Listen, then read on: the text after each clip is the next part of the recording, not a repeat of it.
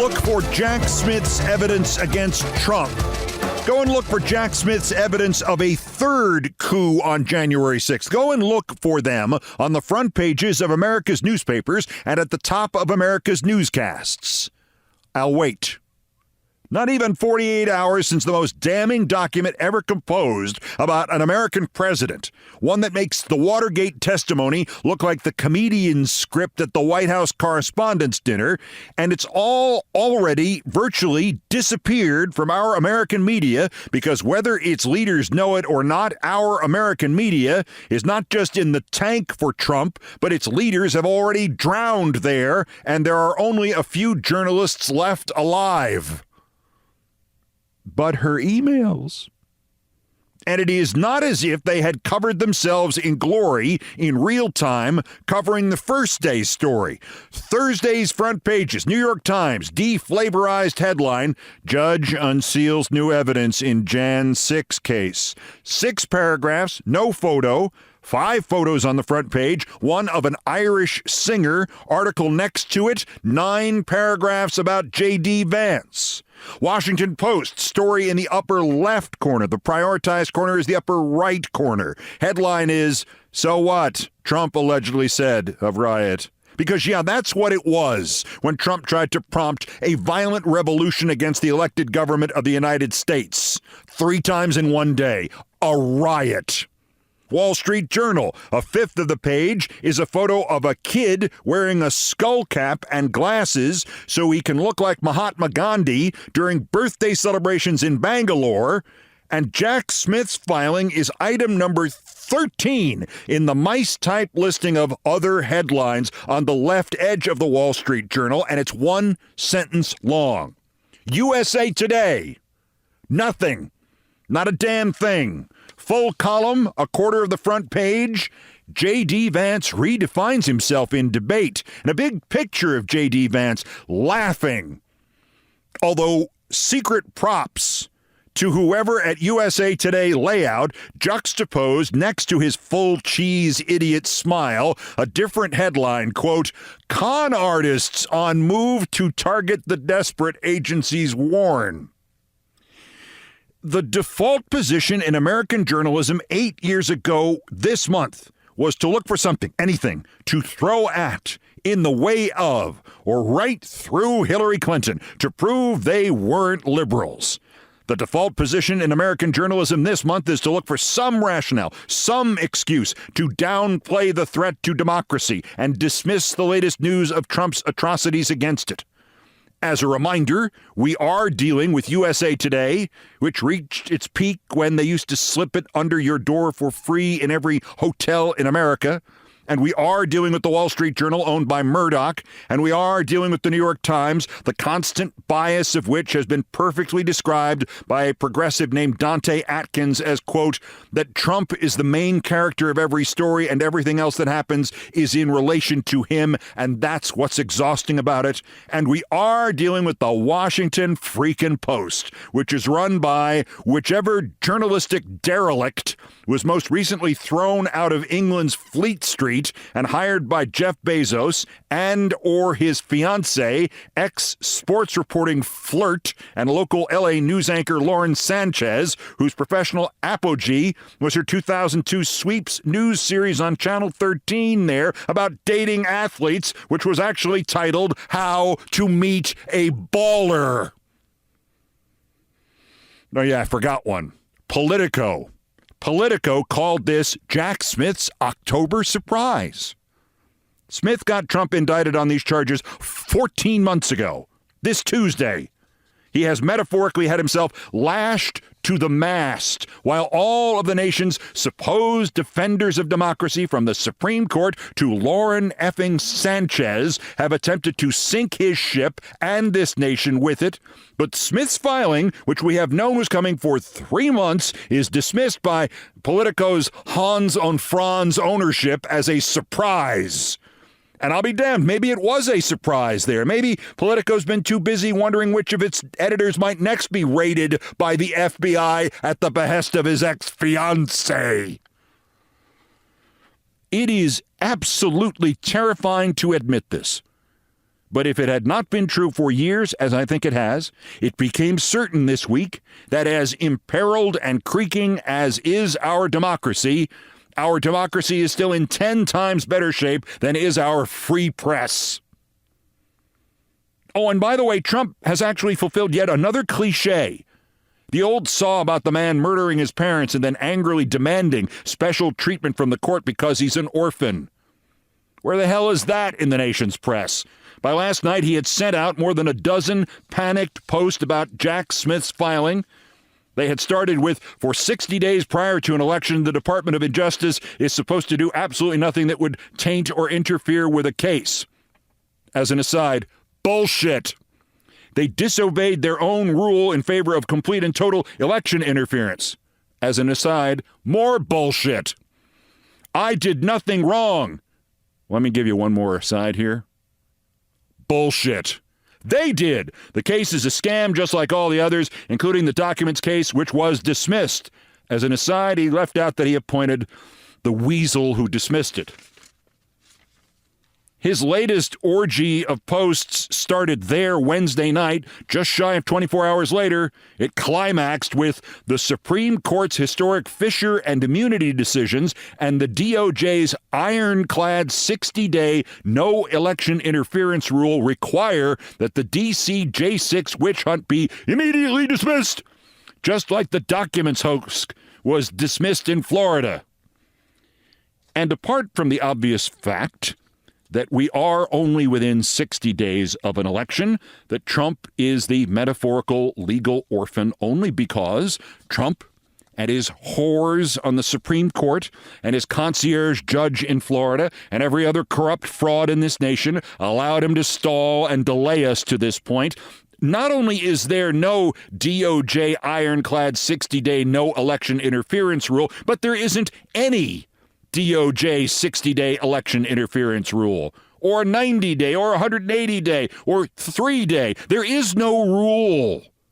There is just an unwritten tradition, and a tradition only when it does not interfere with justice, and only when it is not the result of court orders like this one is, and the tradition applies only to bringing no new indictments immediately before an election. Where is any of that? Where is the analysis of any of that? Where are the Post and the Times and the Journal and Der Politico on this travesty of a mockery of a sham, of a mockery of a travesty of two mockeries of a sham? Oh, don't worry, the Times has got it. Upper right-hand corner.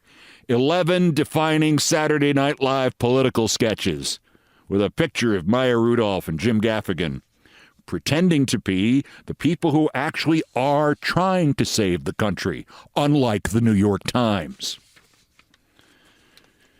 It is enough to drive one to shout bullshit.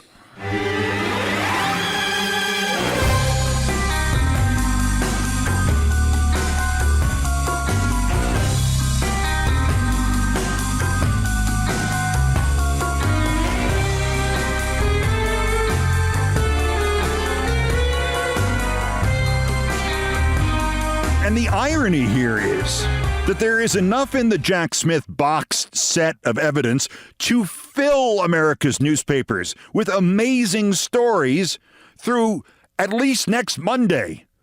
There is evidence in his filing to the court that still hasn't gotten the publicity it deserves. There's stuff you missed. There's stuff I missed. There's jaw-dropping stuff last night that it took me half an hour to confirm, and I found one reference to it buried deep in a story on the CBS site. Nothing big, just a third attempt on January 6th. After the interrupted stall inside the count, inside the Capitol, after the insurrection, a third attempt that night to keep Joe Biden's election from being certified long after dark on January 6th. As phrased in that referenced CBS piece, notably, investigators revealed Trump and his allies, including Rudy Giuliani, allegedly attempted to, quote, exploit the violence and chaos at the Capitol in a bid to delay the election certification further by calling senators and leaving voicemails asking that they object to the states. What did you say? This amounts to 3 coup attempts in one day. Not one. And the unmistakable implication here is that Jack Smith knows that there were voicemails to Republican senators from Rudy Giuliani, which we'd all heard rumors about because Jack Smith has copies of those voicemails to senators by Rudy effing Giuliani. Seems like a good second-day lead, huh, editors? I mean, I never got any further up the newspaper ladder than editor-in-chief of my high school newspaper, where I got to copy edit the then baby-faced Will Bunch. Oh, and one day with the Cornell Daily Sun before I decided the half-hour walk uphill was a little much for me. But even I know that a claim that when we think of January 6th as 2 coup attempts, we're just not giving Trump enough credit. We're shortchanging the man by 50%, and there are audio recordings to prove it. Even I know that's a goddamn good story.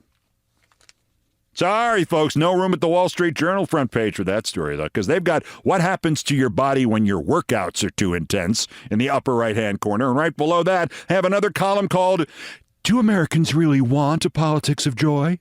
By this century's candidate for the most overrated person of all time, Peggy Noonan. Peggy Noonan. Jesus H. Christ. Then there's other stuff you may have seen, but I didn't on Wednesday, about how Trump did a Joe McCarthy and kept changing the numbers. One day it was 36,000 votes by non-citizens in Arizona. 5 days later, they said it was a few 100,000 votes by non-citizens. Then they changed it again to 40 or 50,000. Then they went back to 36,000, apparently because they ran out of fresh numbers.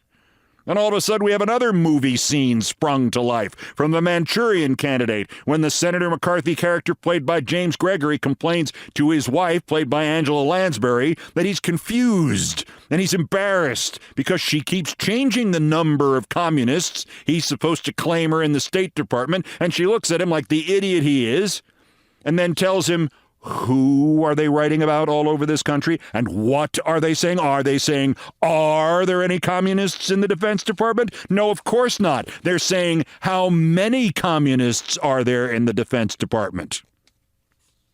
But no, you are getting none of that. None.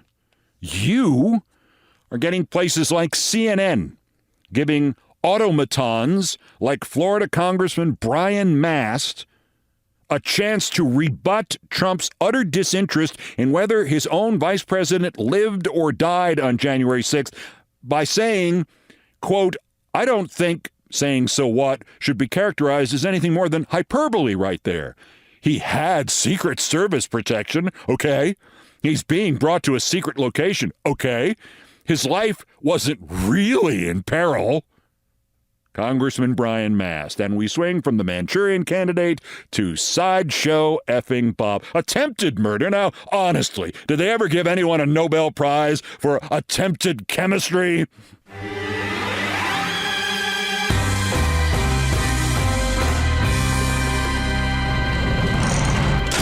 Jesus H. Peggy Noonan Christ. Some headlines. The dock workers strike. The curiously timed dock workers strike, given corporate profits and strong union earnings, has been postponed until January 15th. The head of the union is a Trumpist. All the Republicans are now mad that there isn't going to be a strike affecting the supply chain. Coincidence, no doubt. New York suburban Republican Congressman Mike Lawler is up the creek. Photos 18 years ago. He is portraying Michael Jackson, and he's in blackface. Oh, no. No, you don't understand, he says. He's just a big Michael Jackson fan. Quote, truly the sincerest form of flattery. The ugly practice of blackface was the furthest thing from my mind. Let me be clear. This is not that. Cool answer, dude. Actually, this is that. This is literally blackface. Dressing up in makeup to pretend you're an African-American singer. That's literally the original definition and purpose of blackface. Something is falling about at Trump's Truth Social. ProPublica says CEO Devin Nunes has forced out the chief operating officer and the chief product officer, among others, after a whistleblower complaint against Nunes for misuse of funds and other improprieties. Nunes? Improprieties? No. Trump confirmed what we already knew, what Vance already said, that they will not just be deporting undocumented immigrants. They will be deporting ones who are here legally by changing their legal status ex post facto. And so the entire issue of deportation and legal status, I have suggested here, 100 times, now changes from enforcement of extant rules to creating new ones after the fact and applying them to whoever Trump does not like. Like people whose parents were not both born here. Like, you. And at Saginaw, Michigan, Trump's glitching took on a new dimension. He has now uttered a previously unheard sound. I weigh it. It's true. The only guess? Whaley. Maybe he was trying to shout out the actress Joanne Whaley. I weigh it. It's true. And then there is the story of the day. CNN reports nearly 2 months ago it approached the publisher of Melania Trump's book, which I believe is titled, I Didn't Write This, and asked for an interview. The publisher replied by sending over an NDA, a non-disclosure agreement, and the demand inside it that CNN agree to a, quote, licensing fee for the interview with Melania. Just $250,000. CNN says it circled back with a message amounting to, are you S-ing us? And the publisher said, oh, no, sorry, it was a mistake. It was internal miscommunication. There is no clarity, however, from any party to this story whether the idea of the the Trump spokesmodel charging for an interview to publicize her own book, whether that was the mistake or if they thought they were asking for too much or too little. But I prefer to think of it in these terms. $250,000 for a Melania interview with CNN? Think of how much less this is than she charges Trump. Also of interest on this all-new edition, Congressman Tim Burchett does an anti-Semitism, and with exactly the same astonishment and urge to share it with which a newborn discovers he has fingers and toes, Chris Cillizza has figured out what will decide the upcoming election, and it turns out it's... Are you ready? Only Chris Cillizza knows this. You're just about to find out for the first time. What will decide the election is... who gets more votes in the battleground states? That's next. This is Countdown. This is Countdown with Keith Olbermann.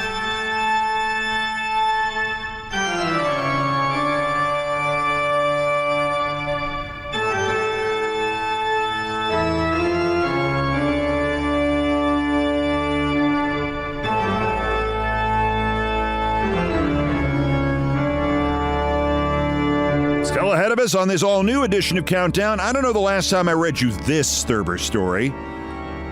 Might have been on TV.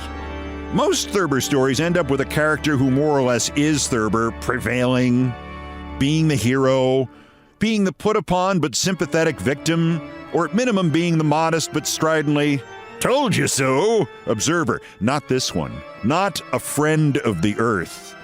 In it, he moves out of town after suffering too much humiliation at the hands of the title character, the friend of the earth, Zeph Legan. Friend of the Earth and Fridays with Thurber next. First, there's still more new idiots to talk about. The daily roundup of the miscreants, morons, and Dunning-Kruger Zeph Legan effect specimens who constitute today's worst persons in the world, sir. The bronze worst, Kurt Schleichter of townhall.com. Some are born dumb, some achieve dumbness, and some have dumbness thrust upon them. I suspect for poor Kurt, it's all three. I mean, he proudly says in his bio, I was recruited to write by Andrew Breitbart. Hey, was he sober by any chance at that point? You know Kurt. You've seen him. He's kind of jowly. He's perpetually bitter. He thinks Trump is being lied about. He thinks that J.D. Vance massacred Tim Walz in the debate. And if you're beginning to understand my reference to his varied dumbness, you ain't seen nothing yet. A liberal commentator noted the media indifference to Vance, having reaffirmed that the Trump campaign is only going to accept the outcome of this election if he wins, which is what it said in 2016 and what it did in 2020. The commentator notes it's a constitutional crisis and that every Republican should be asked, do you commit to the Constitution and the outcome of this election? Asked to commit to, democracy? Kurt's having none of that. Kurt's a genius. Ask Andrew Breitbart. Kurt retweeted the comment, implying that for generations, the Democrats have also killed people every time they've lost, and also tried to overthrow the government every time they lost, and also sued 100 times every time they lost. But that's not the best part. Kurt Schlichter adds, quote, when was the last time the Democratic Party unequivocally accepted a Republican presidential election victory? There's one set of rules. Accepted. E-X-C-E-P-T-E-D. Accepted. When was the last time the Democratic Party unequivocally accepted something? I believe Kurt means accepted. Although I can't be sure because the punchline here is, on top of his idiocy, Kurt is also a lawyer. A conservative lawyer. You can hear him in court, can't you? Schleicher. Objection, Judge. Overruled. Schleicher. Exception, Judge. You mean exception? The runner-up, worst Congressman Tim Burchett, one of the crazier members of Tennessee's House delegation, and boy is that saying something. Tim once sponsored a bill to allow you to eat roadkill the moment you hit it or found it. He said of school shootings with dead kids still on the ground, it's terrible and we're not going to fix it. He identified the wrong shooter at the Super Bowl parade and got sued. He thinks the government has recovered UFOs and their crews, and some of the beings are being hidden right now somewhere, and I think we should look first inside the Tennessee House delegation. Anywho, Tim's latest, he did some anti-Semitisming during Rosh Hashanah. Why did it bend over backward for George Soros? 30 seconds to you. During the Second World War, we did not allow foreign entities to own our radio systems. I think this is just an extension of that. You have a man that does not have America's interests at heart. He wants to destroy this country, and that's exactly, he is a money changer of the worst kind. Apart from the whole money trope about the evil Jewish un-American money changer guy in the background, Tim is also a staunch fan of Elon Musk. You know, Elon Musk is an actual evil un-American guy in the background with all the money. Go roadkill! But our winner, Chris Cillizza. Now, you'd think during the fortnight of Liza Newsy News that Chris Cillizza would lay low, but no. While we all wonder if it's really just coincidence that the colloquial representation of being asleep, especially falling asleep, especially the noise you make while you're asleep, always includes multiple Z's, Chris Cillizza has had a eureka moment about the upcoming election. This he published late on October 2nd, so mark your calendar. He literally just figured this out and is sharing it with you, the morons out there in the real world. This is what Chris Cillizza wrote. Quote, the more I look at the electoral map, the more I am convinced that the election comes down to Michigan, Pennsylvania, and Wisconsin. If Harris wins all three, she is president, no matter what happens in Arizona, Georgia, Nevada, or North Carolina. What did you say? What did you say, Chris? The election comes down to Michigan, Pennsylvania, and Wisconsin? Quick, call Kamala Harris! Phone Trump, get a hold of George Soros. Holy cow! Michigan, Pennsylvania, and Wisconsin. How did the rest of us all not see that? This Cillizza, he should be the publisher of the Washington Post or the New York Times, or damn it, of both of them at the same time. Maybe of all newspapers and news organizations everywhere. Michigan, Pennsylvania, and Wisconsin, holy crap! But wait, this was a thread? You mean there's more of this unprecedented insight? That's impossible, Chris. Quote, 2. If she loses any one of those blue wall states, her path gets much harder. Like, if she loses Wisconsin, she would then need Georgia, North Carolina, or Arizona to win. If she loses Pennsylvania, she would need 2 of Georgia, North Carolina, and Arizona, or one of them plus Nevada. Wait. You know what we should do? Never mind the getting on this with the campaigns. We should try to find out if there are any indications of how the voters in these critical places might actually vote. What would we call that? Polling? We should do some polling.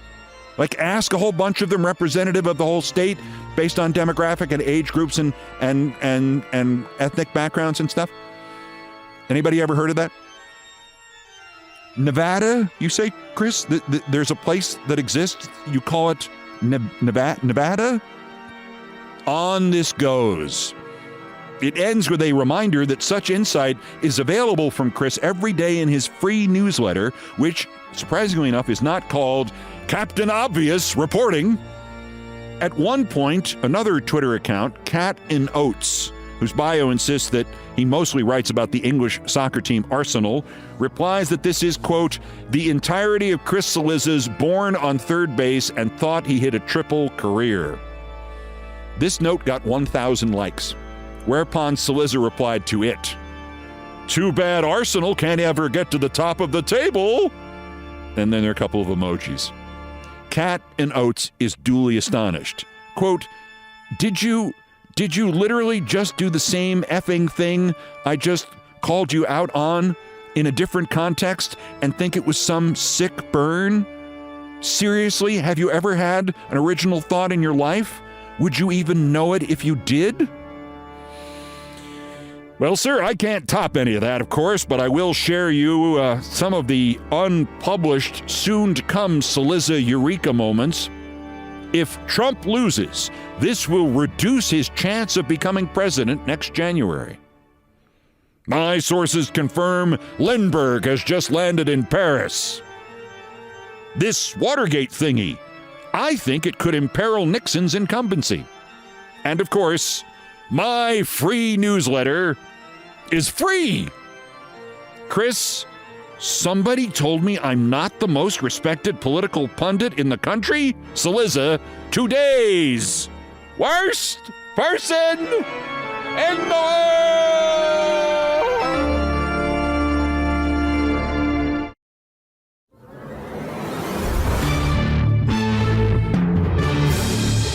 Some of Thurber's stories portray him as the hero, some portray him as the lovable loser, some portray him as the sort of eye of God, just shrugging, going, oh. And every once in a while, there's a Thurber story in which Thurber comes across as the loser. Not quite the lovable loser. Such a story is from his epic Thurber Country, a collection of pieces about males and females, mostly of our own species. This one is called A Friend of the Earth. When my mother was in Ludlow, Connecticut, on one of her visits 10 years ago, she took a fancy to Zeph Legan. Practically everybody did except old Miss Eldon and me, and he gave her a picture of himself. People were always taking pictures of Zeph in one or another of his favorite and locally famous poses, playing his harmonica, whittling, drowsing in a chair against the wall of his shack, eating a hard-boiled egg. The most celebrated of the egg studies shows him on his 36th, the day he ate 3 dozen at a sitting on a bet.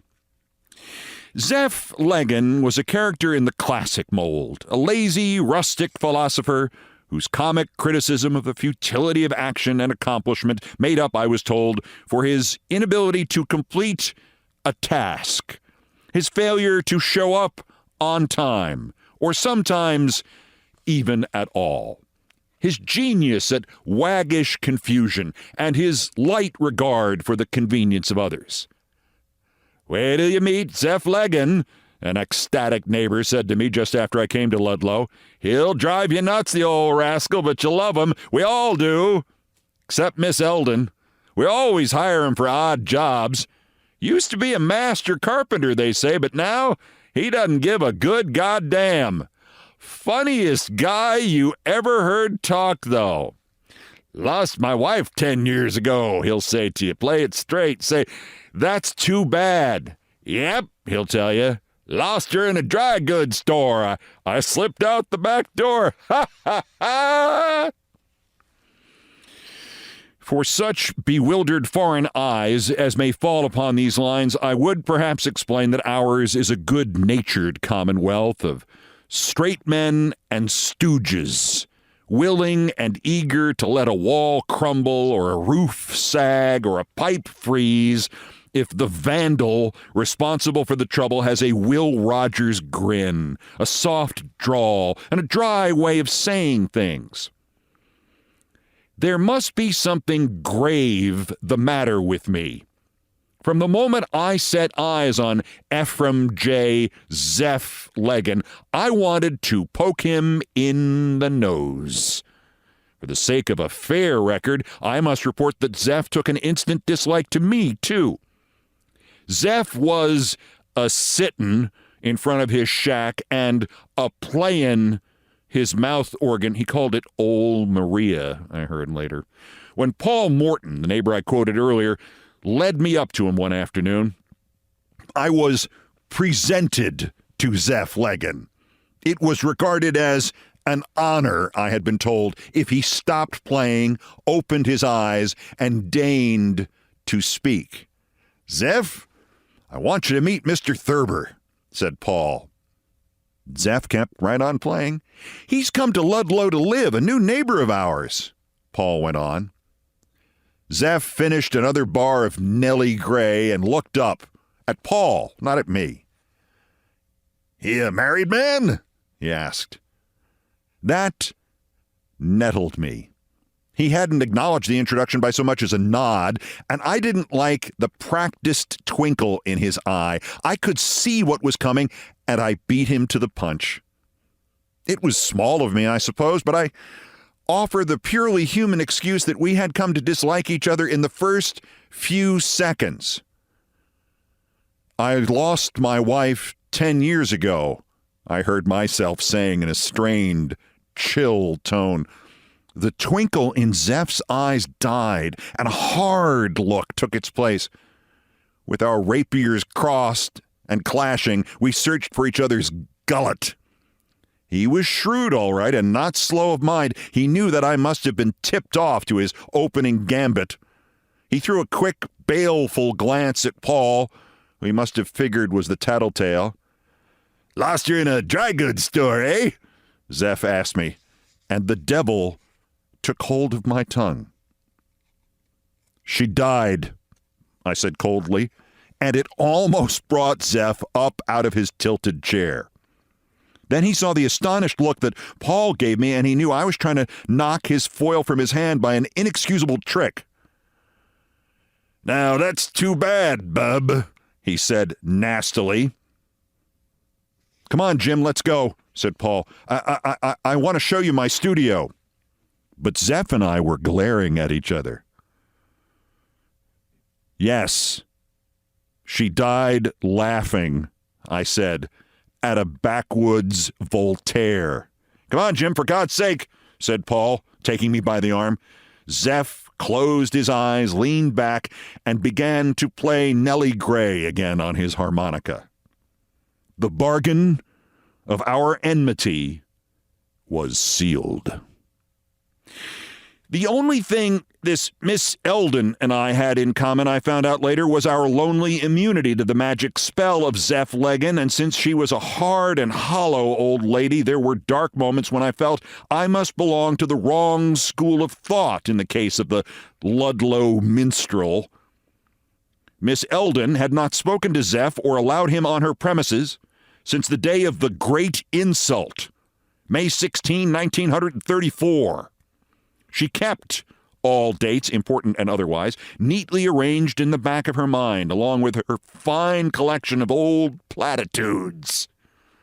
On the day in question, she had summoned Zeph to her house, or rather she had summoned him a week before, and he'd finally shown up on the 16th. She told him that her problem was beetles in the pantry. Zeph had a considerable reputation as an exterminator. He would never tell what it was that he used, except to say that the secret formula had been given to his great-grandmother by a sick Indian she'd nursed back to health. "They ain't beetles in your pantry, ma'am," said Zeph. "They's cockroaches." Miss Eldon's nose expressed disgust at the man's frank vulgarity. "Well, whatever they are," she said, "they're big as mice." She had asked for it. She had walked right into it. Zeph's eyes twinkled, and he put on his Sunday drawl. "The only way to get rid of cockroaches big as mice, ma'am," he said, "is to stop drinking." She ordered him out of the house, and he shambled away playing Polly Wolly Doodle on his harmonica. "The man is gross," she told me. I had some difficulty maintaining an expression of grave disapproval of the gross man, but I managed it. The grinning face of Zeph Leggin hung over my house in Ludlow like a moon. He didn't come around during the first couple of weeks, and I didn't send for him, although a number of chores needed doing. But his face was always rising in my consciousness, bland and bright and impudent, and I kept hearing the mischievous music of Old Maria playing on the edges of my mind. The fellow had called me Bub, and I don't get over such things easily. Somewhere I felt he was thinking up gags or planning pranks to disconcert me. Paul Morton thought I was acting like a child about the town comic, especially when he found out that I couldn't use the studio behind the house until several rotted boards in the floor were replaced. "Why don't you get Zeph over to fix it?" Paul wanted to know. It was a foolish question, and I gave him a foolish answer. "He insulted the memory of my dead wife," I said. Paul was amazed.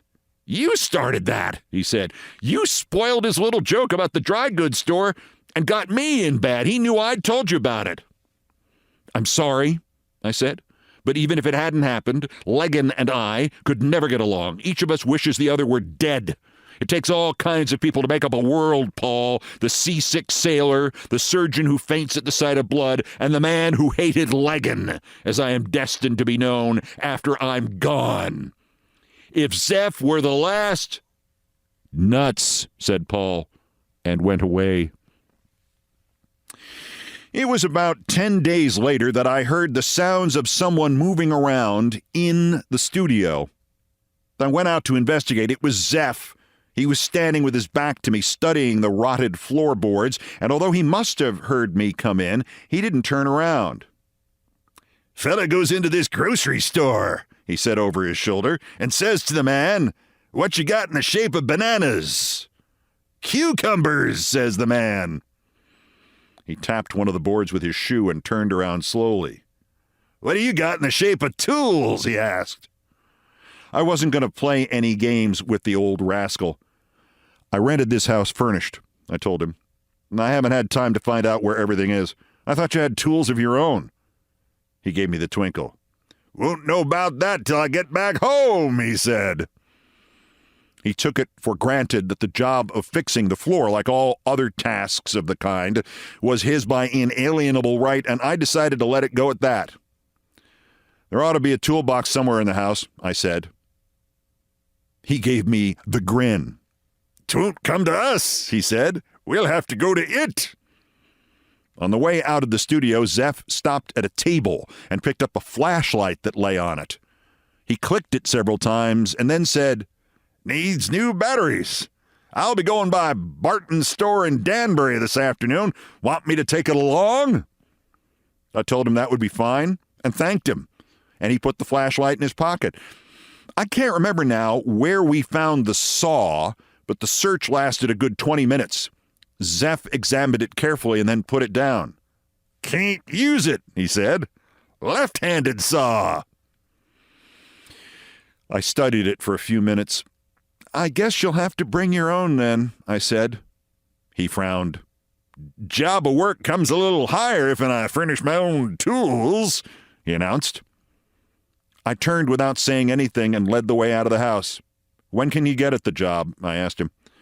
He looked at the sky and then held out one hand as if testing the quality of the air. Bit dry for sun, he said finally, but he couldn't trap me into any comment on this. There are some sound planks in one corner of the studio, I said. Did you see them? Zeph's grin crinkled the corners of his eyes. I saw 'em, he said. We both turned away at the same moment and went about our business, or to be more exact, I went about mine. It rained that night, and there were showers off and on for several days. On the fourth day after Zeph's visit, I ran into him at the post office. Why haven't you been over to fix the floor? I demanded. Zeph unwrapped a stick of gum with great care, put it in his mouth, and chewed for half a minute. "'Twa'n't sawin' weather," he said. Paul Morton would have laughed his head off, and I should have let it ride, but I didn't. "'Twar!" I snarled loudly, and several of my neighbors turned and stared. I decided I might just as well break with Leggin for good then and there. "I don't think you can tell a hawk from a handsaw," I said sharply. I told you before that his mind was quick enough. He squinted at me for only a few seconds. "You lay him out in the weather," he said. "The one that rests is the handsaw." Several people who had listened in on this exchange laughed loudly. Old Zeph was in form. One of them slapped him on the back. I left the post office and walked home muttering to myself. "Mail?" said my wife when I walked into the living room. It was mail of a kind, 3 letters I had taken to the post office and forgotten to put in the slot. Zeph fixed the studio door about 2 weeks later. I heard him sawing and nailing with long intervals of silence in between, but I didn't go out to the studio to see how he was getting along. I confess there was more to this man than my instantaneous annoyance at the sight of this man. I was afraid of his tongue. He had thrown me over his shoulder, easily and in public. He was in the studio most of the afternoon, and if I had hoped that he would go away without dropping in on me, I was doomed, as the saying goes, to disappointment. Zeph never knocked on anybody's door. He just opened it and came in. He found me in the living room. "Job's done," he said. "So soon?" I snapped. He pulled the flashlight out of his pocket, walked over to my chair, and handed it to me. "Thanks," I said unamiably. "Send me a bill for the carpentry." "Got it right here," said Zeph, and he handed me a slip of paper. I glanced at it, and it seemed reasonable enough. Then I clicked the flashlight. It didn't work. "It doesn't work," I told him. He twinkled and grinned. "Needs new batteries," he said. I should have known better. I should have said nothing, but once again I walked into his little trap. "You said you would take it to Barton's and have it fixed," I told him. His eyes crinkled. "Nope," he said. "Told you I was going by. Didn't say nothing about stopping in." That was too much for me. I brought the flashlight down with great force on the edge of the table and smashed it to bits. Then I turned slowly to Zeph Leggin, my eyebrows up in feigned astonishment. "Defective," I said coldly. Zeph took his harmonica out of his pocket and rubbed it with the palm of his hand. He had lost the twinkle and the grin. It was a moment rare, perhaps unique in the life of the great philosopher. Zeph Leggin couldn't think of anything to say. He walked out of the room playing Nellie Gray, and that was the last time we ever spoke to each other. I got a man named Larkin from Danbury whenever I needed anything around the house that needed fixing. I think it was in September that the Ludlow Men's Forum decided to ask Zeph Leggin to be the principal speaker at their monthly meeting. I saw the announcement in the Ludlow Journal. It said that Ephraim Leggin, Ludlow's most beloved citizen, had consented to address his neighbors and to share with them his rich and salty wisdom and his profound knowledge of life. The title of his talk, the Journal said, was A Friend of the Earth. The forum meetings were held in the small chapel across the street from the Congregational Church. There were about 40 of us present when, after the reading of the minutes of the previous meeting and the reports of various chairmen of committees, the smiling Paul Morton stood up to introduce the speaker of the evening. It was an introduction dripping with marmalade and ornamented with flowers, and everybody loved it, and everybody laughed and applauded as Zeph got slowly to his feet. I had seen him only once or twice in passing since the incident of the shattered flashlight. I had felt ashamed about that show of temper. I hadn't even told my wife that I had broken the lamp deliberately. Zeph let his eyes roam about the room, and they fell upon me at last in a chair near the wall in a row at the back. "Neighbors," began Zeph, "I ain't always been like you good folks is, nice enough to think. A man of philosophy and easygoing nature. They was a thing happened when I was a young fella that set me on the right path, you might say. My father gave me a flashlight for Christmas one year, and the batteries wore out, like they's bound to if a man aims to see more in his life than the good Lord wants him to. So I gave the flashlight to an uncle of mine, 'cause he said he'd get it fixed for me. Well, he didn't exactly say he'd get it fixed for me. I'm a-going by Burke's store, he says, where they has batteries. You want me to take it along? So I says that would be very kind of him, but he brung it back that evening and it wouldn't work when I clicked it. Needs new batteries, says my uncle. And when I told him he promised to have it fixed, he says, never said nothing about having it fixed. Said I was going by Burke's store. Didn't say I was stopping in. Well, sir, like many a man, young or old, that ain't growed up, and some of 'em never does, I lost my temper. I seen red, and I smashed that there flashlight into 1,000 pieces. I realized in a second this wasn't no way to act to a man of greater age and more common sense than me, so I turned it off with a joke.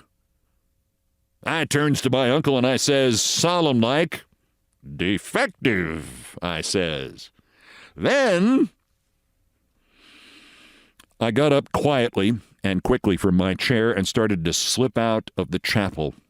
A number of the men turned and stared at me, and several frowned and said, shh. Bill Logan plucked me by the sleeve as I passed his chair. Are you walking out on Zeph? He whispered. I leaned down close to his ear. Yes, I whispered. Forever. I had intended to spend the winter in Ludlow, but business took me back to the city, or at least I told Paul Morton and the others that business took me back to the city. My wife knew better, of course. She knew that Zeph Legan was behind my determination to get out of Ludlow and stay out. Several months went by before I got up courage enough to tell her about the flashlight and Zeph Legan's opening remarks on the night of the forum meeting. To my surprise and delight, I discovered that I was able to laugh with her about what she called my straight-set defeat at the hands of the philosopher of Ludlow. She has promised, however, never to tell the Mortons about it, or Bill and Lucy Logan. I don't think I could stand that. A Friend of the Earth by James Thurber.